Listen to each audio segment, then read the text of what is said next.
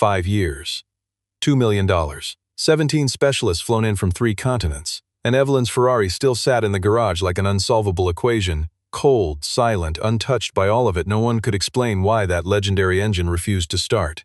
Not one spark, not one sound, not a single breath of life from beneath that hood since the day she inherited it. Until the afternoon when Evelyn finally ran out of patience, turned across the garage floor toward the man holding a mop in the corner and said, "What about you? Do you dare even try?" No one in that room knew what was coming. Follow right now. The story behind this Ferrari is something you will not believe until you hear it for yourself. Meridian Motor Works occupied the ground floor of a converted industrial building on the west side of Los Angeles, and it was nothing like the grimy repair shops most people pictured when they heard the word garage. The floors were polished to a mirror finish. The lighting was precise and cool. The air carried the faint mingled scent of leather and premium machine oil, and every vehicle inside was treated less like property and more like a museum exhibit. Clients paid for that atmosphere as much as they paid for the work. It was the kind of place where people brought things they could not afford to lose. And it was where Evelyn came every Monday morning without fail, not to manage anything or instruct anyone, but simply to stand beside a car she had been unable to start for 5 years and feel whatever it was she felt in those minutes before she turned around and went back to the rest of her life.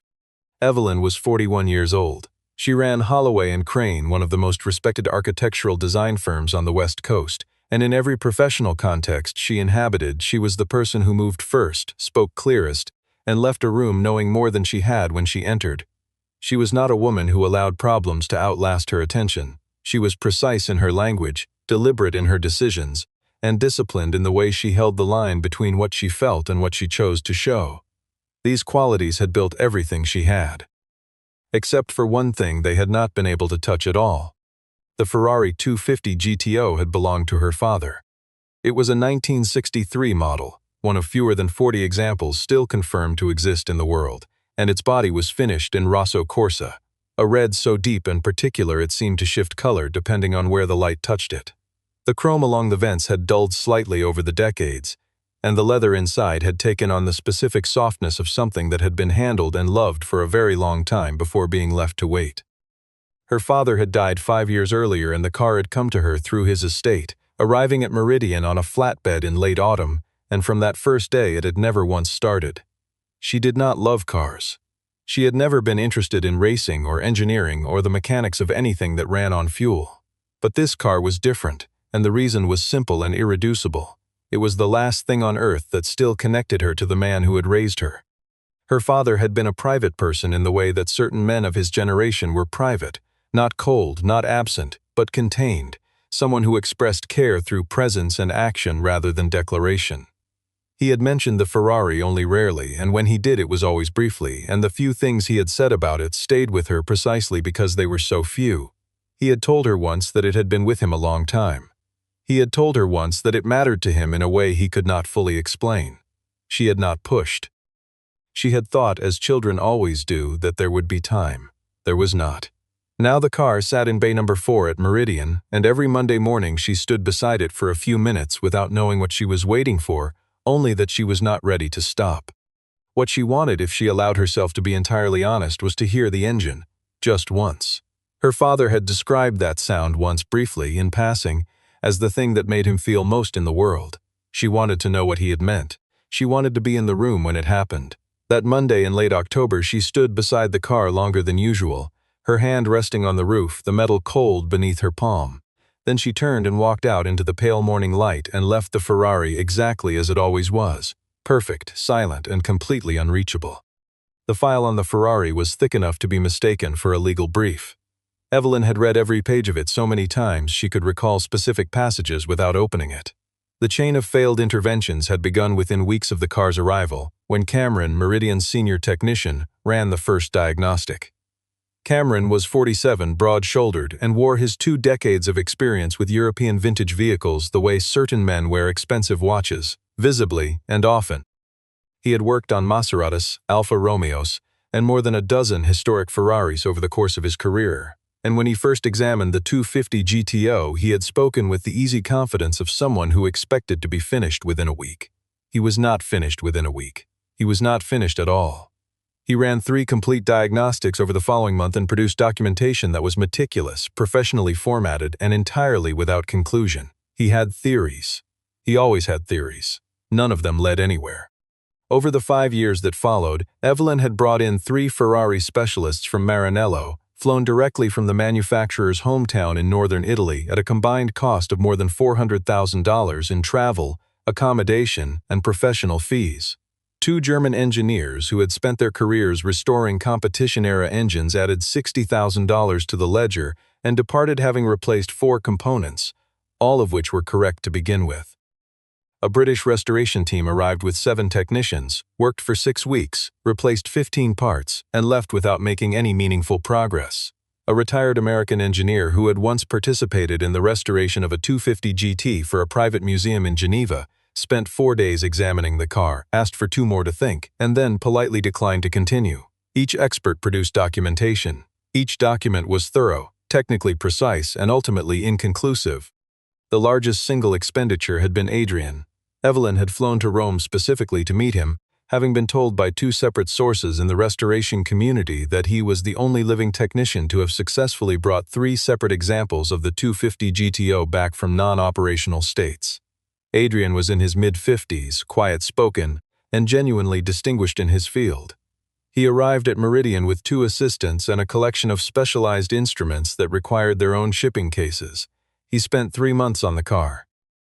At the end of 3 months, he submitted a 50-page technical report filled with observations, measurements, and cross-referenced analysis. His conclusion occupied less than a single paragraph and read, in effect, as an admission that he did not understand what he was dealing with. His fee came to $250,000. The total spent across 5 years landed just below $2 million. What made it genuinely maddening, more than the cost, more than the time, was that every single specialist had reached the same baffling conclusion. The car was in perfect condition, every component was correct, every circuit was intact, every fuel line was clean, every mechanical system checked against factory specification and held. There was nothing wrong with the Ferrari in any diagnosable sense. It simply would not start. It was as if the car had made a decision, and no amount of money or expertise could negotiate with it. Cameron's most recent theory, offered in the tone of a man more interested in protecting his professional reputation than solving the problem, was that there might be some form of residual calibration error embedded in the ignition timing. Though he acknowledged in the same breath that the concept made no physical sense for a vehicle manufactured in 1963, before the era of programmable systems. The theory existed mainly because he needed something to say. Evelyn had stopped listening to his theories 18 months ago. What stayed with her was not frustration exactly, though there was plenty of that.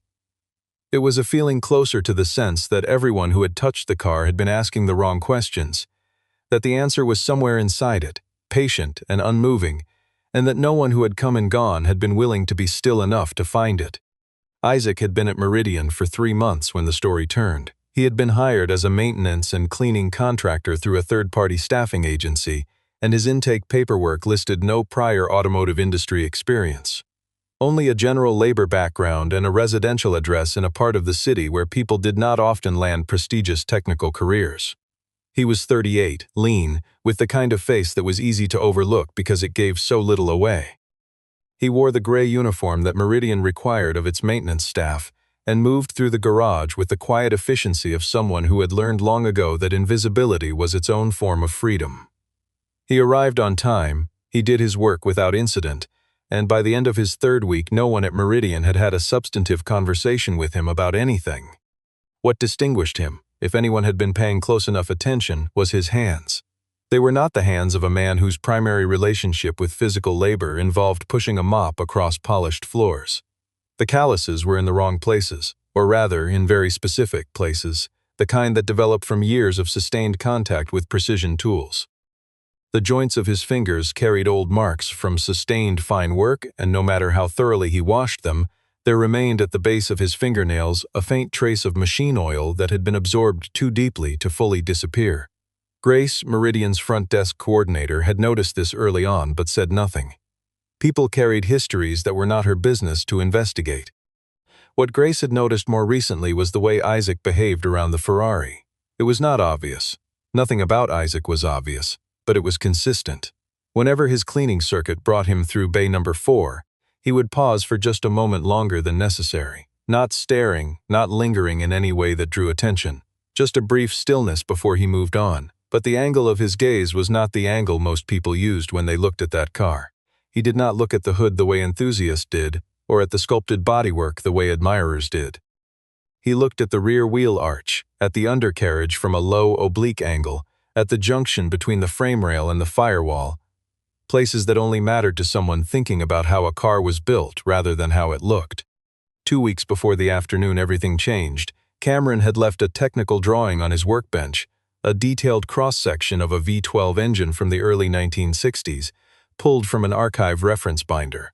Isaac, whose cleaning route passed the workbench, had picked it up to move it to the side. He had held it for 13 seconds before setting it down. Grace had been watching from across the room and had counted, though she could not have said why. The drawing had been upside down when he picked it up. He had turned it the right way around without thinking. The automatic correction of someone for whom that orientation was as natural as reading a sentence from left to right. Isaac had arrived in Los Angeles 6 months earlier from Turin in northern Italy. What he had been doing in Turin and what had brought him to the other side of the world to work a maintenance contract at a luxury automotive garage were questions no one at Meridian had thought to ask. His employment file contained a work authorization, a clean background check, and 2 references that checked out without issue. The staffing agency had not dug further. Cameron had not asked. Evelyn had never been introduced to him at all. In Turin, if one knew where to look, the name Isaac still circulated among a small and close-kept group of retired technical engineers who had spent their careers working on historic vehicles. It was spoken in a particular way, not loudly, not often, but with a quality of weight that attached to names people associated with something significant that had ended badly. Whether that ending had been a failure or a punishment depended entirely on who was speaking. The people who had worked alongside him described it one way. The people who had worked above him described it another. Both groups, from their different directions, agreed on one thing, that he had been exceptional. None of this was known at Meridian. Isaac cleaned floors and replaced light bulbs and emptied waste bins, and the Ferrari sat in bay number 4, and 5 years continued to become 5 years and 3 months. The afternoon it broke open was a Friday in early November. Adrian had called Evelyn at 2 o'clock on a video connection, and the conversation lasted 11 minutes. He had not called to report progress. He had called because he felt it was his professional obligation to formally communicate what he had come to believe, which was that the problem with the car existed outside the boundaries of what he understood. He did not use the word inexplicable. He was too careful and too proud for that. But the sentence he used came close enough that Evelyn felt the floor drop slightly beneath her as she heard it. She ended the call, set the phone on the workbench beside the Ferrari, and stood very still for a while. The afternoon light came in cold through the high windows and fell across the hood of the car, and the red looked darker than usual, almost brown where the shadow reached it. Cameron came in from the back office. He would have said he came to check on a parts order, but his timing was not accidental. He had known about the call, and he moved through the garage door with the practiced ease of a man who has positioned himself for a particular conversation. He stood beside Evelyn for a moment, looking at the car, and then said what he had been building toward for the better part of a year. The car had a market value, even in its current non-running state, that placed it well above $1.5 million at auction. There were collectors who would pay for provenance alone. Sometimes knowing when to let something go was the clearest demonstration of good judgment. He said this calmly, in the tone of a man offering reasonable counsel, which made it considerably worse. Evelyn did not look at him. She held her gaze on the car for another moment. Then she looked up, and across the open space of the garage she saw Isaac moving along the far wall with his mop, unhurried, making his way around the perimeter the way he always did. What happened next was not calculated. She was, in almost all circumstances, a calculated person. What happened in the following 30 seconds was none of that.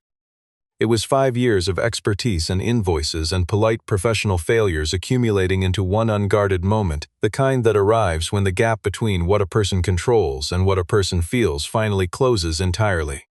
She turned to Cameron and said, 20 years, $2 million. And it's still dead. Then she pointed across the garage at Isaac. What about you? Do you know anything about cars? Do you dare even try? Are you going to take my money and disappear like everyone else? The garage went silent. Grace, who had been standing near the front desk, stopped moving. Cameron's expression went through something brief and complicated before settling into a thin smile, the kind that communicated contempt without requiring the directness of saying it aloud. Isaac set his mop against the wall. He looked at Evelyn, not with deference, not with defensiveness, but with the level attention of someone who had already decided what they were going to say before they said it. 48 hours, he said. No assistant, no upfront budget. If I fail, you owe me nothing. Evelyn looked at him for a long moment. Then, without fully understanding why, she said yes. Isaac began at 7 o'clock that Friday evening. He asked for the garage to be cleared, not because he needed privacy, but because he needed silence. Cameron left with visible reluctance, his footsteps deliberate and slow in the manner of a man performing his exit. Grace turned off the front desk lights and let herself out the side door. Evelyn stayed in the upstairs office with the internal camera feed open on her monitor, watching without watching, the way you watch a procedure you don't fully understand but cannot bring yourself to leave. He did not touch the car for the first 20 minutes. He pulled a stool to a position several feet in front of the Ferrari and sat down. He looked at the car the way a person looks at something they are trying to understand before deciding how to approach it.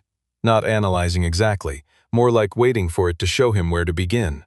Then he stood, walked slowly around the vehicle twice, and stopped at the rear left corner. He crouched down, placed his ear near the body of the car without making contact, and tapped the exterior once with one knuckle. He listened. He moved 6 inches to the right and did it again. He moved to the passenger side and repeated the process at 4 separate points along the lower body. He was not performing for the camera. He had already forgotten the camera existed. What followed over the next several hours was unlike anything Cameron's team had done in 5 years. Isaac was not following a diagnostic protocol. He moved around and under the car with the focused, unhurried attention of someone reading a document in a language they know well but have not spoken in some time. Careful, deliberate, following evidence that only he seemed able to locate. He retrieved a small notebook from the front pocket of his uniform. Not a tablet, not a device of any kind, just a plain paper notebook battered at the edges, filled with existing notation that he now added to steadily as the hours passed.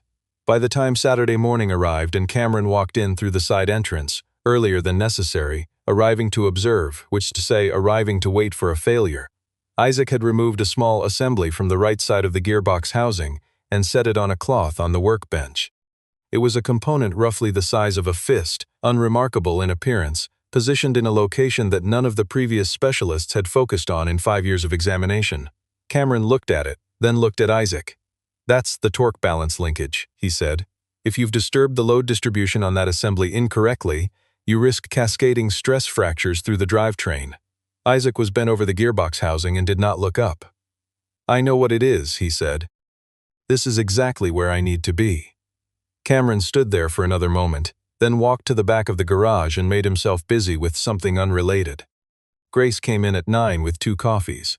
She set one beside Isaac's notebook, which was lying open on the edge of the workbench. She read, without meaning to pry, 2 lines visible on the open page.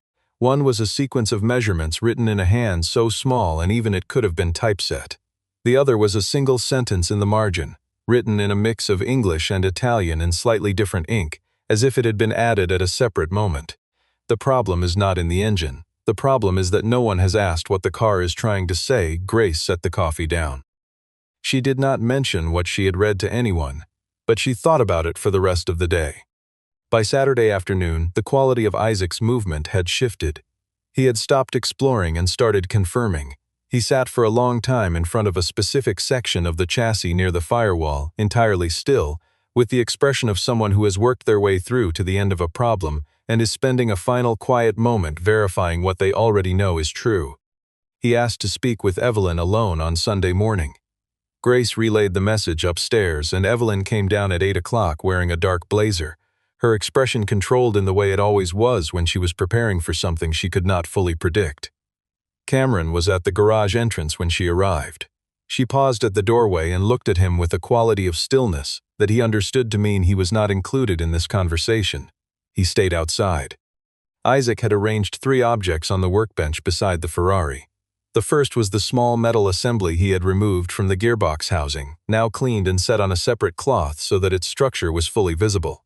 The second was his open notebook, turned to a specific page. The third was a photograph.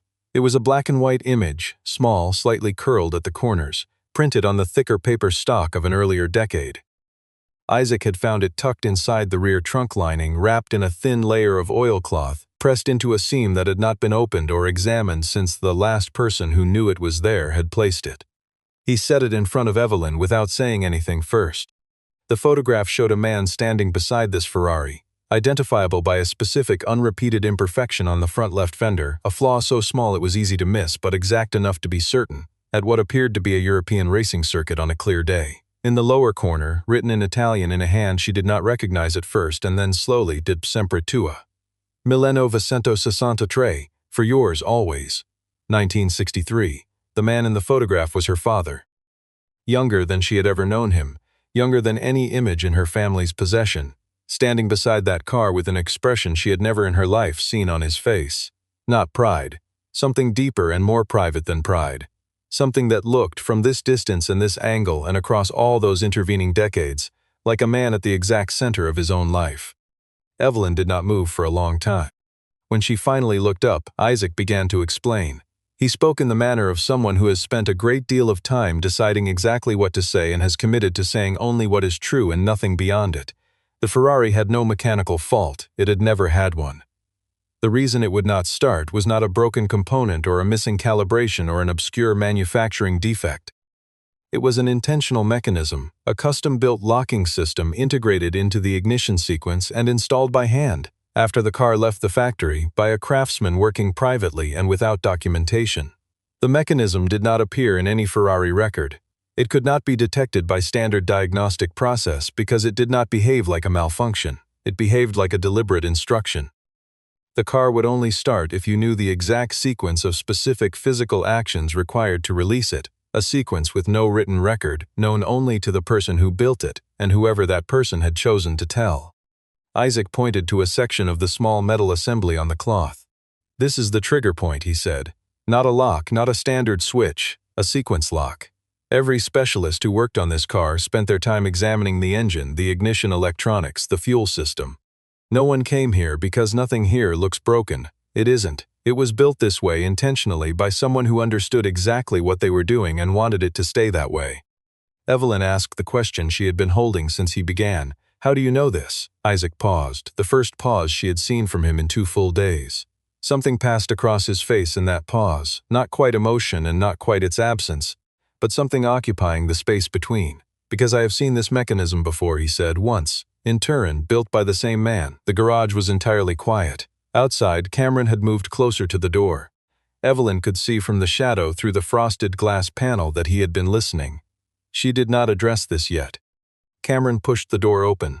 He looked at Isaac with the particular flatness of a man whose professional authority has been quietly bypassed by someone he had never once considered a threat. "That is a very compelling story," he said, "but you still haven't started the car." Isaac looked at him for exactly as long as it took to let the statement stand on its own weight without adding to it. Then he turned back to Evelyn. "I need another 24 hours, he said, "and I need you to be present when I finish." Cameron made a phone call that afternoon to Adrian. He framed it as professional courtesy, informing the recently retained specialist of a new development, what it actually was, and what Cameron understood it to be at some level he preferred not to examine, was an attempt to reassemble a room of credentialed witnesses before an outcome he could neither take credit for nor dismiss. Adrian arrived the following morning without his assistants, without the instrument cases, and without the optimism of his first visit. He listened while Cameron offered a summary of Isaac's claimed discovery. His expression throughout was careful and perfectly neutral, the polished blankness of a specialist who has learned not to forecast. When Cameron finished, Adrian said nothing for a moment. Then he simply asked where Isaac was. Isaac was in the garage where he had been through the night. Grace had brought food down at 11 the previous evening. He had thanked her briefly and absently, in the way of someone whose attention was too fully occupied to disengage even for courtesy, and she had left the plate and gone back upstairs. At the doorway she had paused and looked back. He was working under a single adjustable lamp bent close over the gearbox assembly, moving with the precise and unhurried focus of a person who is not working against a deadline because they already know how the story ends. Evelyn had not slept much. She lay in the upstairs office with her phone on her chest and the ceiling above her, thinking about the photograph, about the Italian phrase, about the expression on her father's face that she had never seen anywhere in 30 years of knowing him. After midnight, she made a phone call to Gerald Whitmore, who had served as her father's attorney for nearly 3 decades and was the last person still living who might know something about the years her father had never described. The call was short. When it was over, she put her phone down and stared at the ceiling for 15 minutes without moving. She did not go down to the garage that night, but she stood in the doorway at 2 in the morning, looking in without turning on the overhead lights. Isaac was still at the workbench. He did not look up.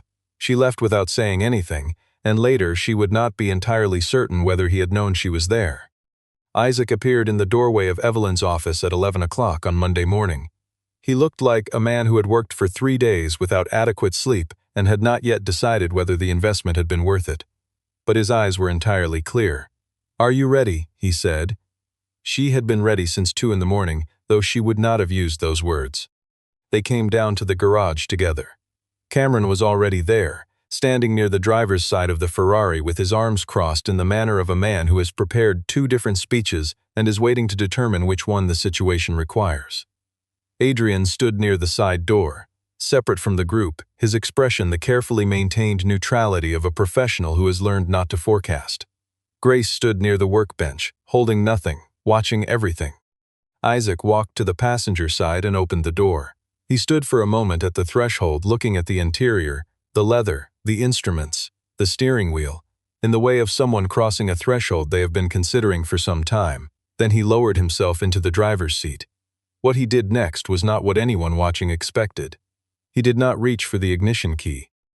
He placed both hands on the steering wheel first at specific positions, 10 o'clock and 7 o'clock, not the natural grip of a driver preparing to move but the deliberate placement of someone executing a sequence. He adjusted the seat position by a precise increment, moving it back until a specific alignment was achieved. He reached down and adjusted the rearview mirror without looking into it. He placed his left hand flat on the dashboard for a moment, held it there, then withdrew it. Only then did he reach for the key. He turned it. The Ferrari 250 GTO started on the first attempt. The sound that came from beneath that hood was not the labored turnover of a machine waking reluctantly from a long dormancy. It was immediate and full and total, a V12 engine finding its voice after 5 years of silence as though it had never stopped, as though it had simply been waiting for someone to ask correctly. The sound filled the garage entirely, resonating off the polished concrete floor and the high ceiling and the glass panels of the partitions, and it was exactly what Evelyn's father had once told her it would be, and she understood at once and completely what he had meant.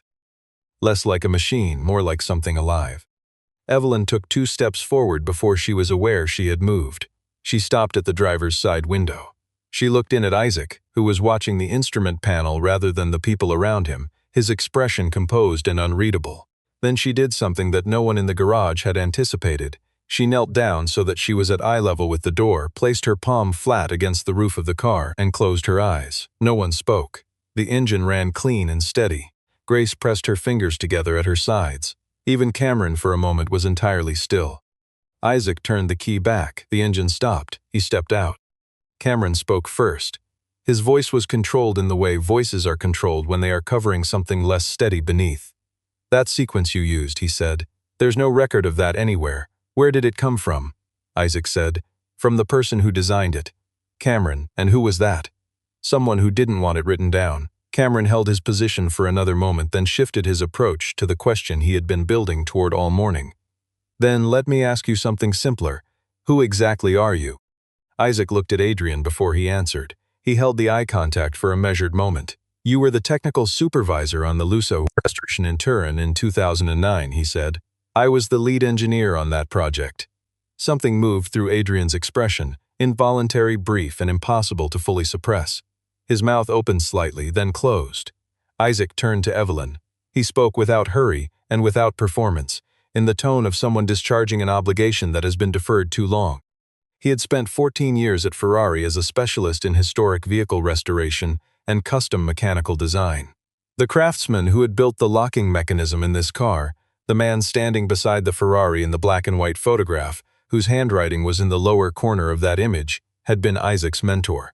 The most gifted technical mind he had encountered in 14 years of working among gifted technical minds. And in his entire career, that man had built this kind of mechanism for exactly 2 cars. "What happened to the other one?" Evelyn said. "It was destroyed," Isaac said, "in an accident, in 1971. Evelyn was very still. The attorney's phone call from the night before was sitting in her chest like a weight finding its place. She understood, with the specific certainty of a piece of information arriving exactly where it was always meant to land, what the connection was. She did not say it aloud, not yet. Cameron tried one more time. "If you were a Ferrari engineer, what are you doing here?" He gestured at the garage, at the uniform, at everything the question implied. "What brings a man with your background to a cleaning contract?" The question was designed to diminish, and it did the opposite. It hung in the air of the garage like a statement about the limits of the man asking it, the loudest thing in the room and the least useful. Isaac looked at him for exactly as long as necessary. Then he turned to Evelyn. "There's a question you haven't asked me yet," he said. "I think you already know the answer. I'll tell you when you're ready." They sat in the small office at the back of the garage, the 2 of them, with the sound of the late morning outside and the Ferrari visible through the interior window, still and red, and finally, for the first time in 5 years, quiet in a completely different way. Not the quiet of something that could not answer, the quiet of something that had been heard. Isaac told her in the same manner in which he did everything, directly, without softening or embellishment, without asking for anything in exchange. 4 years earlier, while working on a high-profile authentication project for a European auction house that specialized in historic motorsport vehicles, he had uncovered documentation irregularities pointing to a coordinated falsification scheme. Cars were being authenticated using fabricated provenance records and sold at auction as confirmed originals. The financial scale of the fraud involved multiple 7-figure transactions over a period of at least 6 years. He had reported his findings internally first. The report was reviewed, acknowledged, and then quietly buried. He made a second approach, more formally documented. Within 30 days, his employment was terminated on grounds that were technically procedural and practically untraceable. Within 60 days, his name had been systematically removed from the technical documentation of every project he had contributed to over 14 years. Papers he had written, restorations he had led, assessments he had certified, reassigned, redacted, or simply relabeled. He did not sue. He had been advised by someone who understood how these matters resolved that the effort required would consume everything he had and produce nothing recoverable. "I didn't lose my career because I was wrong," he said. "I lost it because I was right."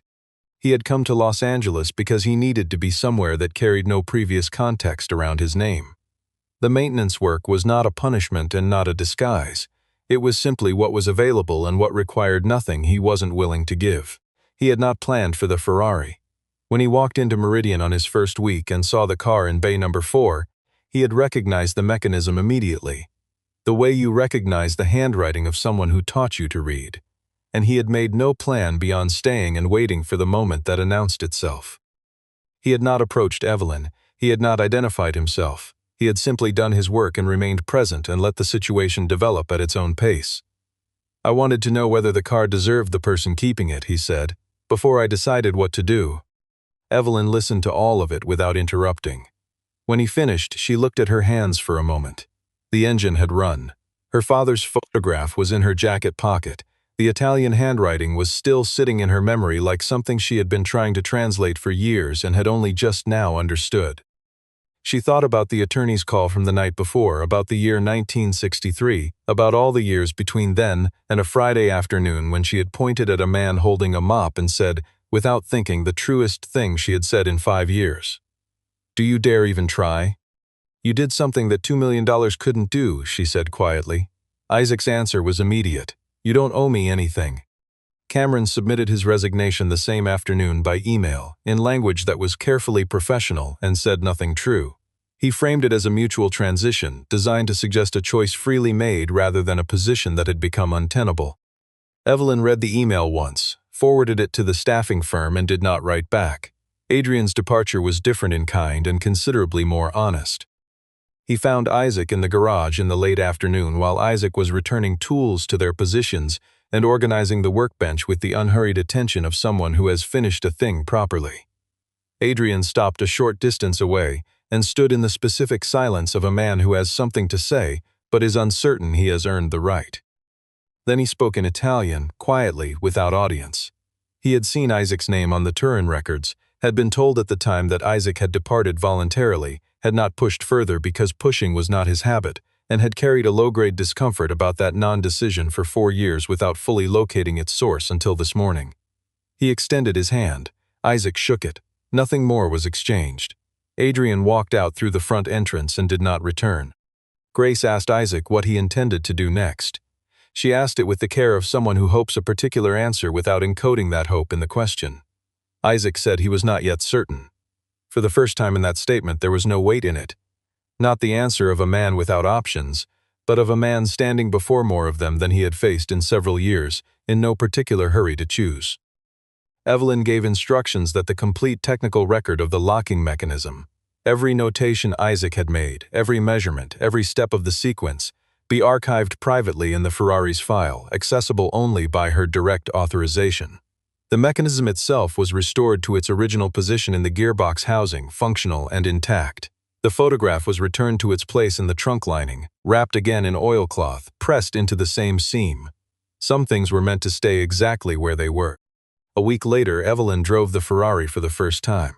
Not on a highway, not anywhere that required performance or display, only through the wide, empty lot of a waterfront warehouse complex that her firm was currently designing, a vast, open concrete space temporarily free of everything. She drove it slowly, both hands on the wheel, and the engine ran beneath her exactly as it had run in the garage, full and immediate and alive. She stopped near the far edge of the lot and turned the engine off. She sat in the car for several minutes without getting out. The windshield caught the afternoon light and held it. Whatever was happening in her face during those minutes belonged only to her. Isaac was standing near the warehouse wall when she pulled back in. He had not been summoned. He had arrived in the way he arrived at most things. Quietly, without announcement, at the moment that was simply right, he watched the car decelerate and come to a stop. When Evelyn stepped out and walked toward him across the concrete, he could see from her expression that whatever she had needed to do inside that car, she had done it. She stopped a few feet away. Neither of them spoke for a moment. "There's a position I need to fill," she said eventually. "Technical Director for the Special Assets Preservation Division. It isn't an automotive role specifically, it's broader than that. The work is about ensuring that things of genuine significance don't disappear because no one was patient enough to understand them." She paused.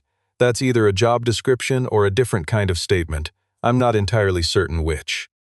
Isaac looked at her with the level attention she had come to recognize, the quality of listening that was also a quality of genuinely considering. "Are you offering or asking?" he said. "Both," she said. The space between them held, not uncomfortably. The way silence holds between two people who have stopped performing indifference and have not yet decided what comes next, but are no longer in any hurry to force the question. Isaac looked back at the Ferrari parked in the afternoon light with the Rousseau Corsa catching the last warmth of the day and returning it differently than it received it. The way certain things do when they have finally been allowed to be what they always were. Then he looked at Evelyn. And for the first time since the morning 3 months earlier when he had walked into Meridian Motorworks carrying a gray uniform and everything else he carried that no one had thought to ask about, Isaac smiled. Not a polite smile. Not a careful smile held at the correct distance. The smile of a man who has set something down after carrying it for a long time, and found in the setting down that his hands were still good,